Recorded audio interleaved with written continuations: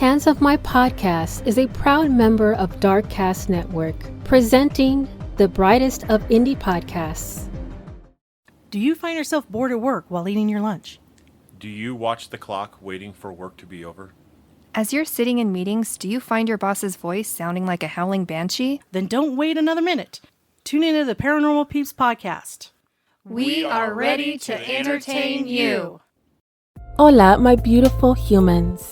This is Jasmine Castillo, and I bring stories and cases from the people of color community, bringing awareness of murdered and missing Indigenous women, girls, two-spirits, the LGBTQ community, Asian American, Native Hawaiian, Pacific Islander, Black Indigenous people of color. These are their stories. So, welcome to Hands Off My Podcast.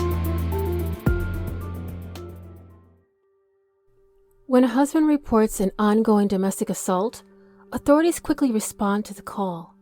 Upon arrival, there is no sign of the alleged female perpetrator, Cecilia Huerta Gallegos. Cecilia never left the home after entering her master bedroom. Where are you, Cecilia? This is your story.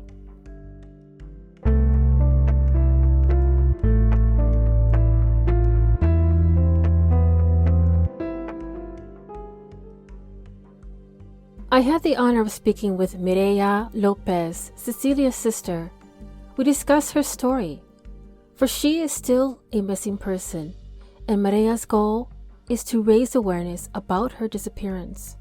Cecilia Huerta Gallegos, born November 17, 1988, was the fifth of 7 children.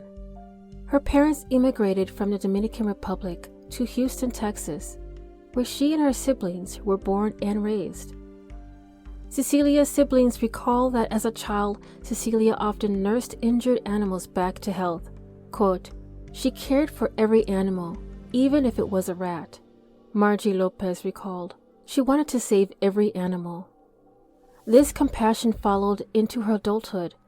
Cecilia was known as a doting mother and a compassionate nursing assistant who cared greatly for the elderly residents in her care. Her sisters described her as a great human being with a beautiful personality. Well, she was a great person. She will always be happy. She was, I think, the fun one. I think that even though we had a bad day, she will make you laugh. She will call you and tell you, jokes and all of that. She was from all of us, she was the funniest one. I think you would never see her mad, to be honest. She would love helping each other. I mean, people that she didn't even know either. But she was the happiest person on earth. You won't literally see her mad at all. Yes, even in my worst moments, I think she will be the only one that would, change my mood and everything. She will tell me everything will be okay. Like I mentioned before, she will come up with some things that literally will make you forget your bad day. You know what I mean? She was awesome. I think the funniest story I've ever had of her is, when we were baptized. I think when we had a big party at a salon, and she was literally in the front talking to everybody, with the grown-ups, and like I mentioned before, saying jokes and all of that. She would literally make everybody laugh, and I think that's the best moments of my life when we were baptized, because I think that's the only time where we literally spend time together as brothers and sisters, because we did have a tough childhood, even though not a lot of people know, but our childhood was real tough. I think we went through a lot of personal things. I think that's why I literally understand you, why you made this podcast, because a lot of it represents me and my 2 sisters. We went through domestic violence. Also, we went through personal stuff where, we were abused. You know what I mean? It's something that we don't really mention to everybody. It's something personal, but we did go through abuse when we were younger, so it's hard. Cecilia was considered an exemplary worker by her colleagues, supervisor, and patients alike, and she inspired those around her.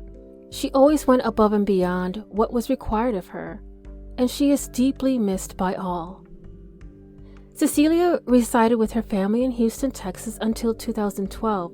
She began her journey as a mother at a young age by giving birth to 2 children with George Spezia, who was younger than her by 3 years. Cecilia and the children lived in her grandmother's house until she moved to San Antonio, Texas. Her ex-partner, George Spezia, received a 7-year jail term for the crime of burglary of habitation around the same time. According to Mireya Lopez, Cecilia decided to start fresh and forge ahead with her life. Now, burglary of habitation is a specific type of burglary that occurs when someone enters a home or other building with the intent to commit a felony, theft, or an assault. Now, in Texas, burglary of habitation is a second-degree felony, which means that it is punishable by a prison sentence of 2 to 20 years and a fine up to $10,000. Cecilia moved to San Antonio with her 2 children, where she worked as a cashier at a local gas station. It was here that she met the man who would later be charged with her murder, Mireya Huerta Gallegos. They were legally married on February 26, 2013. The couple purchased their new home located on 5622 Southwick Street in San Antonio just a year after they wed, signing a deed on March 6, 2014. Sadly, this is also the last place anyone saw Cecilia. The couple welcomed 2 more children into the family, and Cecilia stopped working at the gas station to stay home with the 4 children shortly after they were married. Cecilia began studying for a professional certification in the healthcare field during this time, and she became a certified nursing assistant in December of 2016. She then started working at St. Francis Nursing Home on July of 2017 as a full-time aide. That was her whole life, like helping out people, older than her. And I think that's something that she experienced, not for long, but that's something that we seen that she loved it. I think she was on the first level, if I'm not mistaken. She had just passed her medicine test because she wanted to do medicine also. She was a cherished employee who was described as a very reliable, and her patients loved her. She worked her full 40 hours on weekends, staying home during the week. Unfortunately, while Cecilia's occupational dreams were coming true, her husband's behavior began increasing more possessive. Friends said that Cecilia had a curfew and that her husband checked on her regularly at work and at school when she was taking classes. According to police and Bexar County court records, Reyes assaulted one of Cecilia's co-workers at the nursing home on June 22, 2019. He punched the male co-worker in the face after showing up at the facility during Cecilia's shift. However, the trial was waived on January 13, 2020, when witnesses failed to appear in court. The victim's name was Jeffrey Pardo. Investigators said Cecilia tried to end the relationship with her husband that day, to which he responded by pulling a gun, according to an affidavit. Cecilia was worried for her safety. Reyes didn't allow anyone to visit the home, even putting a lock on the gate to keep people out, according to neighbors.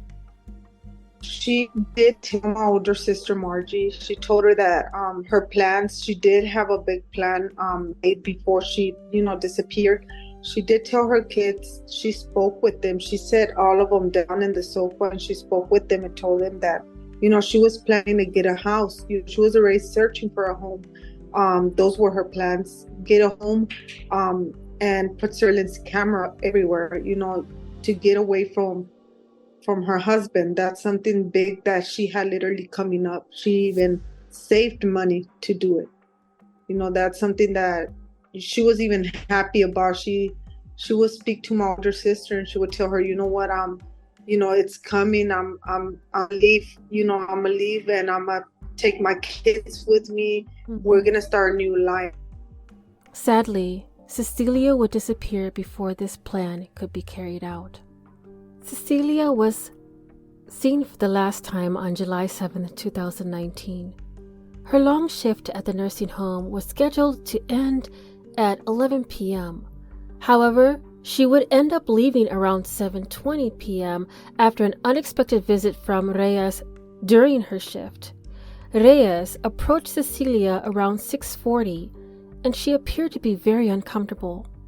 During the encounter, captured on the facility security camera, Reyes came very close to Cecilia, causing her to back up into the wall. After Reyes left the facility, Cecilia approached the head nurse, asking to leave early. And she explained that she needed to go home to check on her children. According to her sister Mireya, Cecilia has also called her younger brother Justin Disla. Quote, she told him that she feared something was going to happen, that she needed to go home and watch her kids, end quote. Cecilia arrived home from work at 7:39 p.m. according to records, entering the master bedroom that she shared with Reyes. Less than 15 minutes later at 7:53 p.m. This is the last time Cecilia was ever seen. According to police, Reyes can be seen in surveillance footage keeping his 2 biological children and 2 stepchildren, who were 6, 7, 12, and 14, away from the master bedroom. The children, forced to go into their bedrooms, heard an argument take place.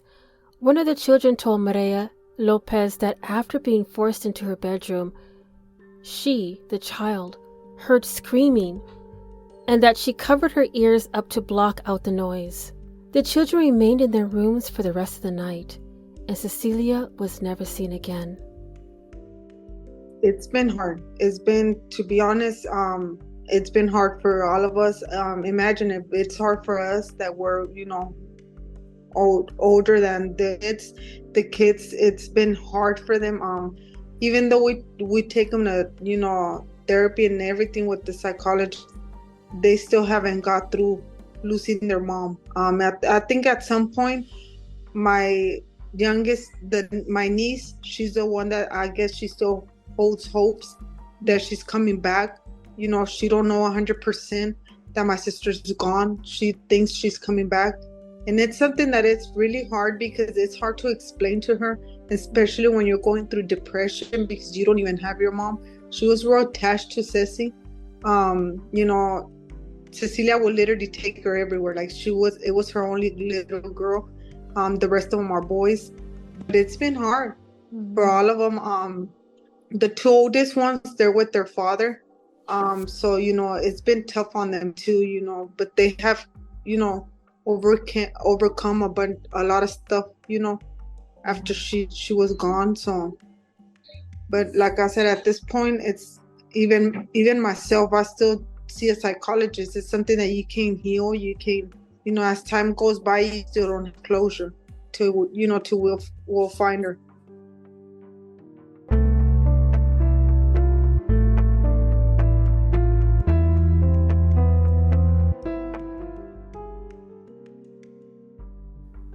At 2:08 a.m.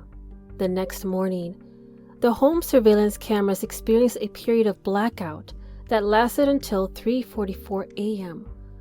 During this time, Reyes was observed moving around the house and going in and out of the master bedroom.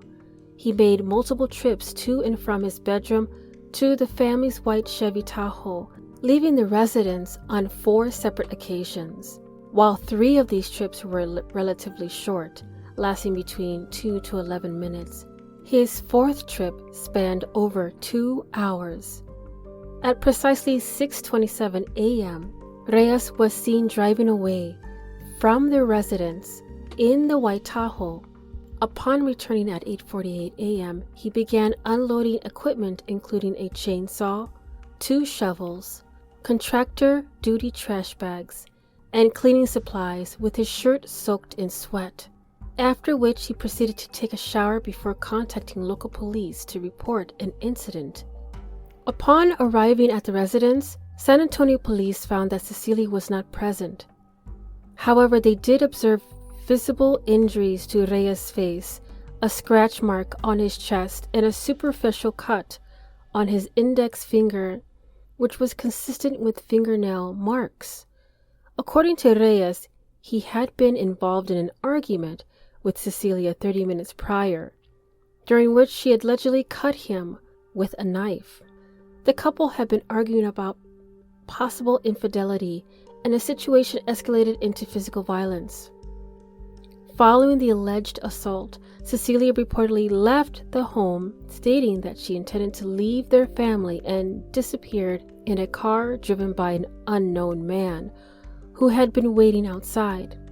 Despite her sudden disappearance, Reyes did not report her missing and claimed that he had no knowledge of her whereabouts. Cecilia's siblings, all of whom live in Houston, became very concerned when they had not heard from Cecilia for several days after that last ominous phone call with her brother, Justin. It was very unlike Cecilia to cease communication with her family, especially her children. Decisively, after 3 days of eerie silence from Cecilia, Justin called the San Antonio Police Department, asking them to complete a welfare check on Cecilia. When the officers informed Justin that Cecilia couldn't be found to complete the welfare check, he filed a missing persons report. Upon filing this report, San Antonio police informed Cecilia's siblings of the 911 call made by Reyes on July 8th. Her siblings became even more concerned and suspicious after hearing the content of the report. They knew Cecilia would never voluntarily leave her children. She didn't take a vehicle, clothes, or money, and there has been no activity on her cell phone or credit cards. Police would soon find that Cecilia could not have fulfilled the actions described by Reyes in his initial report. As per Greg Rosmiarek, a representative of St. Francis, Cecilia's absence on July 14th was highly unusual and concerning since she had never missed a shift before. Later that day, Cecilia's siblings, Mireya and Mireya Lopez, contacted Search and Support San Antonio via Facebook. After learning about their efforts in the search for Andreen McDonald, another local mother whose remains were discovered on July 11, 2019, and Andreen's spouse was found guilty of manslaughter, and just recently Andreen's spouse was found guilty of manslaughter in February of 2023 with respect of her demise.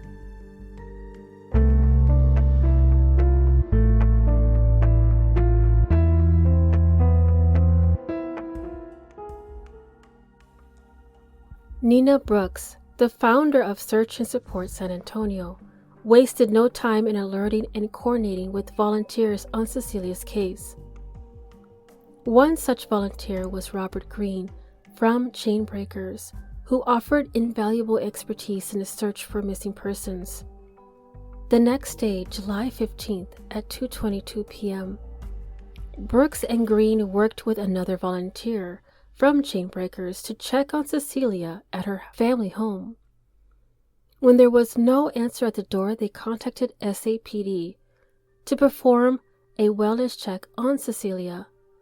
Upon arriving at the Gallegos home and sharing what they knew about the case with law enforcement officials, Reyes Gallegos arrived back at the home. He allowed the two deputies into the house while neighbors also spoke with volunteers outside about their observation, but had not seen Cecilia themselves. Although unsettling circumstances surround Cecilia's disappearance, including an unusual visit from Reyes to Cecilia's workplace, dedicated professionals such as Brooks and Green will continue working tirelessly until she is found. On July 15, 2019, the San Antonio Police Department obtained a search warrant for the Gallegos residence after visiting and interviewing witnesses. The warrant granted them access to the property's video surveillance system, which had both interior and exterior views of the house. The footage was unsettling, as it contradicted Reyes's account from July 8th. It showed that Cecilia was not visible during the alleged assault, and she was never seen leaving the house or the master bedroom after entering at 7:53 p.m. on July 7th. Detective Alicia O'Brien stated in an affidavit that the suspect's statement did not match what they saw on the video. There was no evidence of a struggle, and Cecilia did not leave the house. Before her disappearance, Cecilia had expressed concerns about her safety and instructed her friend and sister to contact the police if anything happened. Ever since she started, dating Ray, everything changed. I think we would not see her often, so we couldn't even plan a day with her. To be honest, the last trip she made to Disney before she was murdered, I think that, that's something that I have regrets not going with her. I received the last hug from her, and I think that, she was not okay at that point no more. So if I could go back in time, I wish I would have gone to that trip. I think she was so happy. It was like a getaway from her, getaway from her home. That Disney trip was, I think something that she didn't do for years. Like that trip, I guess, made her feel the way she was that she was back then, a happy person. But we never knew that, that would all change. Child Protective Services removed the children from Reyes' custody and placed them with Mireya Lopez due to the suspicious circumstances surrounding Cecilia's disappearance. Search and Support San Antonio has organized countless searches for Cecilia. Family, friends, and volunteers have searched overgrown culverts, ditches, fields, and parks near her home, but Cecilia's body has never been found.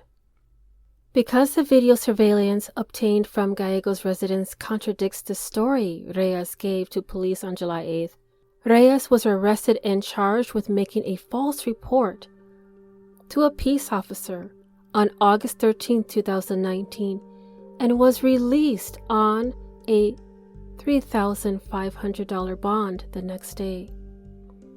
However, a judge increased the amount from $3,500 to $75,000 on September 4th, 2019, and Reyes was taken back into custody the following day. Court records indicate that this case was closed on March 12th of 2020. On August 24th, 2021, Reyes was arrested without incident during a traffic stop on the city's west side. He repeatedly told reporters that he was innocent, and he was transported from Public Safety Headquarters to the magistrate's office, where he was formally charged with Cecilia's murder. Reyes was indicted by a Bexar County grand jury on November 16, 2021. The indictment alleged that on July 7, 2019, Reyes intentionally and knowingly caused the death of Cecilia Huerta Gallegos by manner and means unknown to the grand jury. Records indicate that this case is being prosecuted by the Family Violence Division in the 144th District Court. On January 12, 2023, a judge reduced Reyes' bond from $250,000 to $150,000. 14 days later, on January 26, 2023, Reyes was released on house arrest with GPS monitoring. While his current residence is unknown, for he does not appear to be living in the house on the Southwick Street. The trial date, previously set for March 30th of this year, is now set for July 10th, 2023. A search for Cecilia Huerta Gallegos' remains were conducted in preparation for the upcoming murder trial of her husband, Reyes. Jean Robinson Consulting and Juan Cantu provided invaluable assistance with their drones despite temperatures reaching 107 degrees. San Antonio Demolition Company also contributed their time heavy equipment, and expertise to the effort. All I want to do is, get the word out there. That's the main thing. I think, like at this point you mentioned before, her name hasn't gone viral. A lot of people don't even know about her. It's like, like she don't exist to me because, it's just a couple of people that know what happened to her. So that's my main goal. I just want to get the word out there. We want justice, and I think if we could be able to reach, the reward to go up, I'll be more than happy, probably that could move a lot, if the reward goes up, someone could step forward. But all I want at this point is just to get her name out there. That's the main thing I want. Thank you for, for reaching out to me and Nina. That means the world to me. I've tried to reach out to a couple of podcasts, but like I mentioned before, it's hard. It's hard when, they don't reach back to us and, they say they don't, it's hard. Sometimes I think that depends where you're at. San Antonio, I think they're real slow with cases. And I've never seen them, they don't even contact us as they're supposed to. So that's something that really bothers me. Mainly because of that, I want to get her name out there so they could know that, we have a lot of people supporting us and trying to find her. Currently, there is a reward of $1,160. Donations accepted to increase the reward, and I will provide the GoFundMe.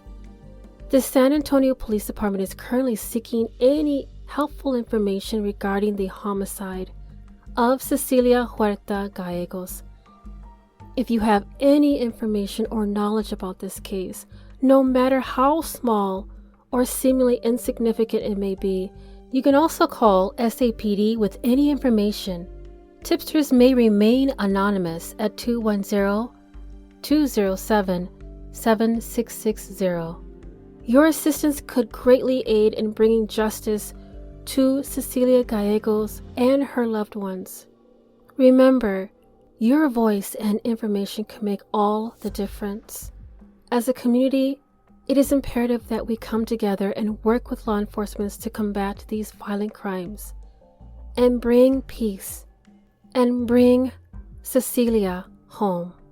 Since the initial days of Cecilia's disappearance, Search and Support San Antonio has been tirelessly advocating for her. Their efforts included conducting searches and distributing flyers to raise awareness about her case. We want to thank Search and Support San Antonio for their unwavering dedication to finding Cecilia and bringing her home. Their professionalism and thoroughness in handling this case has been truly remarkable. Despite past setbacks, the family remains committed to finding Cecilia's remains. If you want to aid in the search for Cecilia Huerta Gallegos, contact Search and Support San Antonio at 210-372-7143 or email sassa.tx.org@gmail.com. I will place all this information in the show notes. If you enjoy our show, please rate and review us on Apple Podcasts, and be sure to come back for our discussion of true crime stories. Starting in June, I will be switching over the podcast to be a bi-weekly pod platform. Until then, this is Jasmine Castillo.